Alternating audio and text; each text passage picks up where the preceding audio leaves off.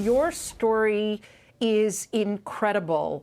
It is one of those stories that also illustrates some of the changes that we've seen over the last few years. In 2008, you plunged into debt like so many people because of a medical emergency. It was before the Affordable Care Act, and having a child and having mounting debts, your insurer canceled your insurance and you found yourself suddenly facing huge bills.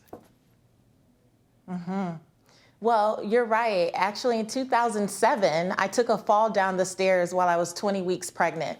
And that fall down the stairs, when I got to the emergency room, Bertha, they said, "Ma'am, I'm so sorry. This baby is coming any minute now." And what was supposed to be any minute now actually turned into me being on hospital bed rest for 10 weeks. Now, mind you, at the time, I was also a real estate and mortgage broker. So while I'm in the hospital on bed rest, I am watching the news, and it sounds very much like we're hearing today. A lot of uncertainty, a lot of fear going on in the news because the banks that I work with were closing down left and right. And I will never forget the day my doctor said, "Patrice, I don't know what you're stressing about, but if you don't stop, you will leave here 2 years in a row with no baby," because I had a son that passed the year before. So this was the height of the recession beginning. And after 10 weeks in the hospital and my daughter being born healthy 10 weeks early, we had racked up almost $400,000 in medical debt and no real estate deals closing. So needless to say, I went from a 7-figure business to literally scraping up change and applying for welfare to feed my newborn. You write about reaching a moment where you were basically curled up on the floor because you didn't know, essentially, if you could scrape together enough pennies to make payments. I did. By that time, it was March 9th, 2009, and I will never forget. This is after a year and some change of me just trying to figure it out. I don't know if anyone's here in the chat who's ever been sick and tired of being sick and tired, but this was a moment that morning I had to chase the power man down to ask him to turn the lights back on, or my daughter's milk would spoil. And I will never forget my former husband taking my daughter on a walk and me getting in the bathroom in the mirror and just saying, "God, why me? I've been a good person. I try to operate in integrity. I've done all the things they said to do, go to school, get good grades, and still here I am facing evictions every month and up to my eyeballs in debt." And so I had what I call the bathroom floor moment where I was bawling and crying and just nodding and trying to figure out, God, why me? And I always tell people, even if you're not religious, I felt in that moment that I needed to reach for my Bible. And so the scripture that really saved everything for me was Proverbs 17:16. And it said, "What good is money in the hands of a fool if they have no desire to seek wisdom?" And Bertha, that was the first time, very first time for me that I realized, I had a lot of knowledge and information. I had been a great student at the University of Southern California. I graduated with honors. I got all the certifications. I did all the things. But knowledge is just information and education. Wisdom is knowing how to apply it, is knowing when to apply it, where to apply it, with whom. And so I just want to say to everyone who's here today, there's going to be so much information given today. We've already heard great nuggets from Susie Orman. But the thing that we have to do is apply what we're learning. It's not enough to just keep consuming more and more information. Without implementation, it's useless. And that's what I learned on the bathroom floor in 2009. So how do you go from that moment where, anyone would say super rock bottom to turning things around, filing for bankruptcy, and then building back up? Well, I would definitely say, as the title of our session is, saying it's starting within. I think Susie was really alluding to this when she talked about, yes, those statistics are so real and they're so relevant. And I understand all the worry that goes on with what's going on outside. But ultimately, the only thing that we actually control is how we respond and how we react to what life is giving us. And so really where my work has really been rooted is in teaching women that this journey begins within.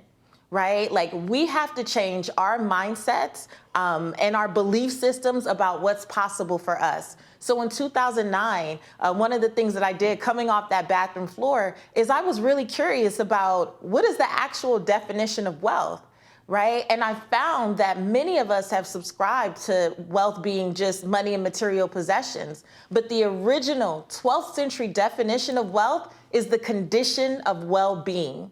And so from 2009 until people started seeing me all over national media by 2014, and even today as I'm reinventing my life as a newly, a single woman again after a long-term marriage, I don't focus just on the numbers. I always start within.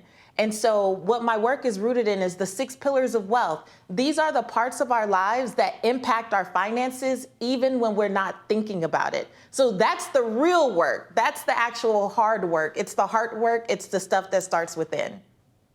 I want to ask our audience members if they have any questions. Go ahead and put them forward in the chat, and we'll present them here. But, one of the things that I often say seems to separate people who are able to bounce back or succeed, Susie sort of talked about it. You've talked about it.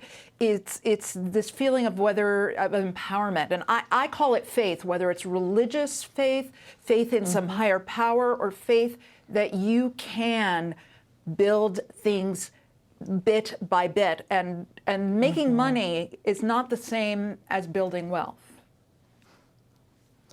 It's not, and I'm so glad that you said that, Bertha. If I could quickly just mention what the pillars are, because I think it would add some context for some of the viewers.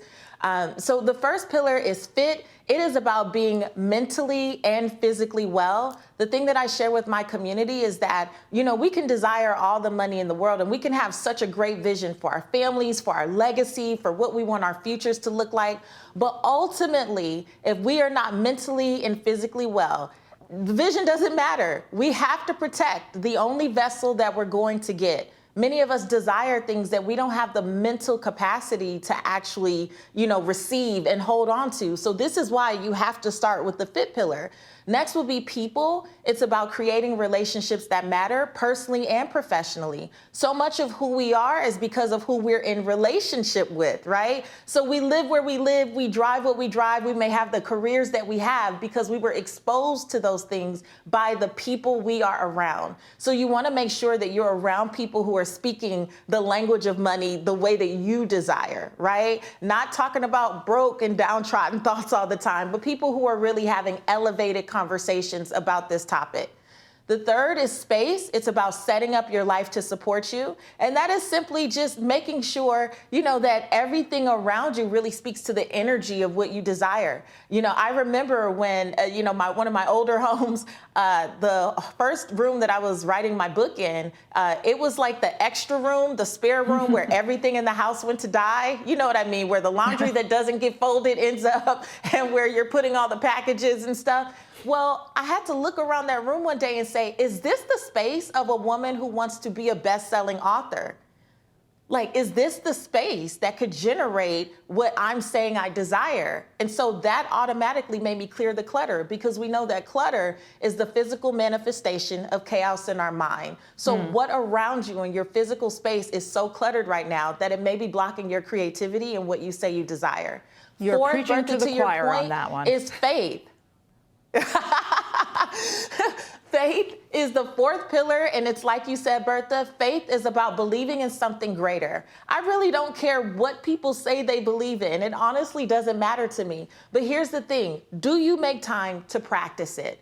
Is it a part of your calendar and your schedule like everything else? Because we know now that we've been through this pandemic, and for those of us who are women of a certain age, we've seen a lot of different things over these last few decades. So we already know that it's not a matter of if, it's when. Life is going to happen. And when you are rooted and grounded in something, that is what gives you buoyancy, the ability to bounce back. That's what gives you the resilience that you need to get to the money you say you desire.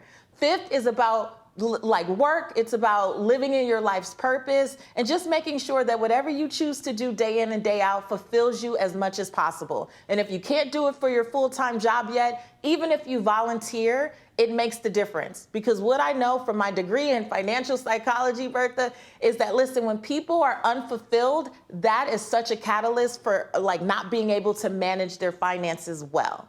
And then finally, it's money. And people always go, money Maven, why would you put money last? I put money last because I believe that when we start to clear the clutter in the first 5 pillars, the money that we do have, we automatically begin to manage more wisely. Now we can take all of the information that we're getting here today at this amazing event and actually apply it. It's not that we don't know what to do, it's that we don't always have the bandwidth to receive the information and to actually apply it because our lives and our minds are so cluttered.